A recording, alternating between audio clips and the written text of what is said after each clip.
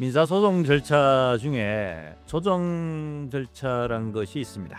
오늘은 이 조정에 대해서 한번 살펴보도록 하겠습니다. 통상적으로 교통사고로 소송을 진행한 절차는 법원에 이제 도장이 접수되면은 각 사건이 이제 배당이 됩니다. 그 다음에는 이제 대부분 이제 피고 측에서 각 기관에다가 좀 기록에 대한 문서성부 촉탁 신청이라 해서 그 각 기관에 대한 자료 정보를 요청하는 정보 요청을 법원 통해서 하게 되고, 그 사망 사건 같은 경우는 뭐 다르지만 이제 일반적인 장애 사건 같은 경우에는 신체 감정 절차를 이제 거치게 됩니다. 자, 그렇게 해서 일단 신체 감정에서 이제 해신이 오게 되면은 그 사이에 보통 이제 다른 과실, 소득, 기타 관련된 정보들은 각 기관을 통해서 법원에 다 도착이 됩니다. 자, 그걸 수집해서 결과 나오면은 청구 취지 변경이라는 거에서 이 원고 측에 대한 피해 보상 청구를 이제 하게 됩니다.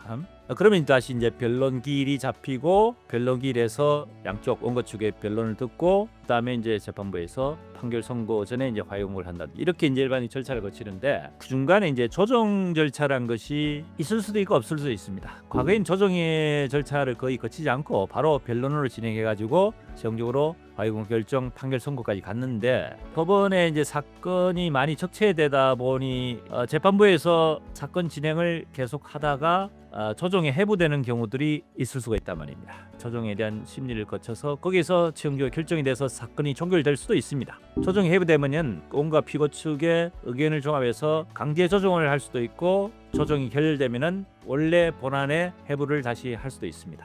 조정이 해부되면은 1차적으로 이제 시간에 문제가 생깁니다. 조정에서 끝나게 되면은 그대로 사건이 마무리되지만은 만약에 조정이 결렬된 경우에는 그 조정에 대한 시간 자체가 어떻게 보면은 불필요한 시간일 수도 있다는 얘기입니다. 차라리 그냥 계속 본원에서 다투었으면은 빨리 사건이 끝날 수도 있었는데 조정이 해부됨으로 해가지고 끝나지 않았기 때문에 그 기한만큼에 대한 부분이 어떻게 소진이 되겠죠. 문제는 여기서 한 가지 있는데, 조정이 해부되면은 원고 측, 피고 측에 대한 주장 내용에 대한 부분을 가지고 금액에 대한 조정을 하는 겁니다. 이 사건에 대해서 양측의 의견을 들어보고는 이중이 적정하겠다라고 해 조정위원이 그 금액에 대한 확정을 정해가지고 동의하면은 판결 효력이 있는 거고, 동의 안 되면은 조정이 결렬돼서 다시 본원을 넘긴다 그랬죠. 사실은 이제 조정에 해부된 그 시점에서 전체적으로 피해 보상금을 결정할 수 있는 모든 요소들이 다 갖춰 있으면 관계없습니다만, 과실된 다툼이라는 소대인 다툼 자체가 관련 자료들이 입수가 안 돼서 그 시점에서는 전체적인 피해 보상금을 결정하기 어려운 상황일 수도 있습니다. 어차피 조정이 결렬이 될 것 뻔한 사실인데 불구하고 조정이 해부되게 되면은 그 기한만큼에 대한 소진되지 않겠습니까? 그래서 차라리 이 사건이 도저히 조정이 끝날 사항이 안 된다고 판단되는 경우에 있어서는 여러 가지 다른 요소들을 감안했을 때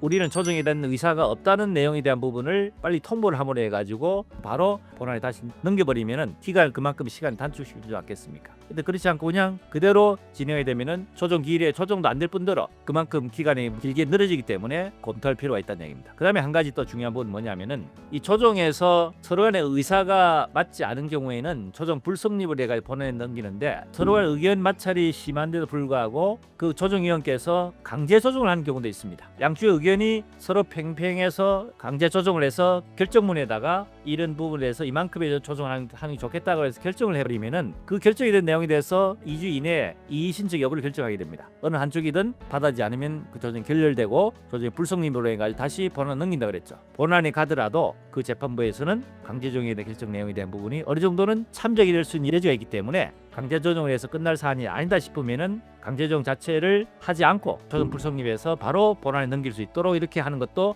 신중히 고려해볼 필요가 있다 하는 말씀을 부인해서 드립니다. 요즘은 재판부에서 조정을 활용을 많이 하는 것 같습니다. 근데 이것이 이 조정에 의해서 그만큼 기간이 장기화된다는 것도 유념할 뿐더러 조정에서 모든 사건이 끝나면 모르지만은 그렇지 않은 경우에는 기간 자체가 더 늘어진다는 것, 이 부분도 명심해서 조정이 과연 내한테 불리할 것인지 유리할 것인지 깊이 고민하고 이 조정이 어떻게 임할 것인지 잘 판단해서 진행하시는 게 도움이 될 것이다 하는 말씀을 드립니다. 어떻게 도움이 되었습니까? 구독, 좋아요, 알림 설정 부탁드립니다.